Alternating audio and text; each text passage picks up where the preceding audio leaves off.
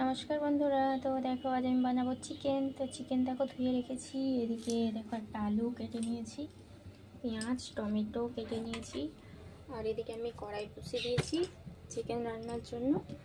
আর এই যে দেখো মশলা, এখানে আমি মশলা বেটে নিয়েছি।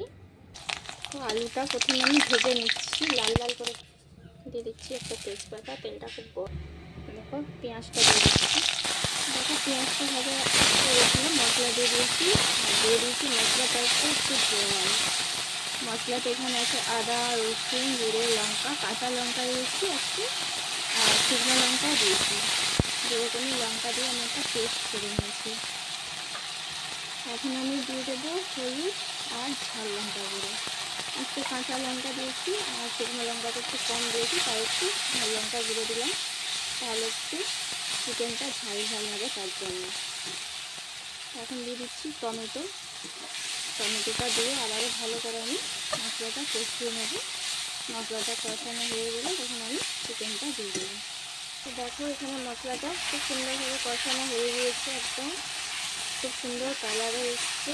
কাশ্মীরি লঙ্কা গুঁড়ো দিইনি, তাও দেখো ঝাল লঙ্কা গুঁড়ো দিয়েছি, এতে কালারটা খুব সুন্দর এসেছে আর মশলা থেকে তেল বেরিয়ে এসছে। এখন আমি দিয়ে দেবো চিকেনটা। চিকেনটা দিয়ে ভালো করে মশলার সাথে কষিয়ে নিয়েছি। এখন দিয়ে দেবো পরিমাণ মতো লবণ। লবণ দিয়ে আবারও চিকেনটা আমি ভালো করে কষিয়ে নেব। দেখো লবণ দিয়েছি, তার জন্য চিকেনটা থেকে কত জল বেরিয়েছে। এখন আমি জলটাকে ভালো করে চিকেনটা কষিয়ে নেবো। জলটা মেরে দেবো, তাহলে চিকেনটা কষা হয়ে যাবে। এই জলটা থাকলে চিকেনে একটা গন্ধ বেরোয়, তাই ভালো করে কষিয়ে নেবো চিকেনটা।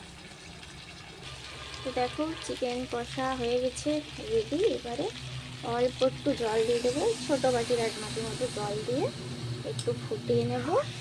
একটু ফুটে গেলেই নামিয়ে দেবো, তাহলেই আমাদের রেডি আর চিকেনের ঝোল। তো দেখো চিকেনের ঝোল রেডি। তো বন্ধুরা তোমাদের কেমন লাগলো অবশ্যই লাইক করো আর কমেন্ট করে জানাবে কিন্তু।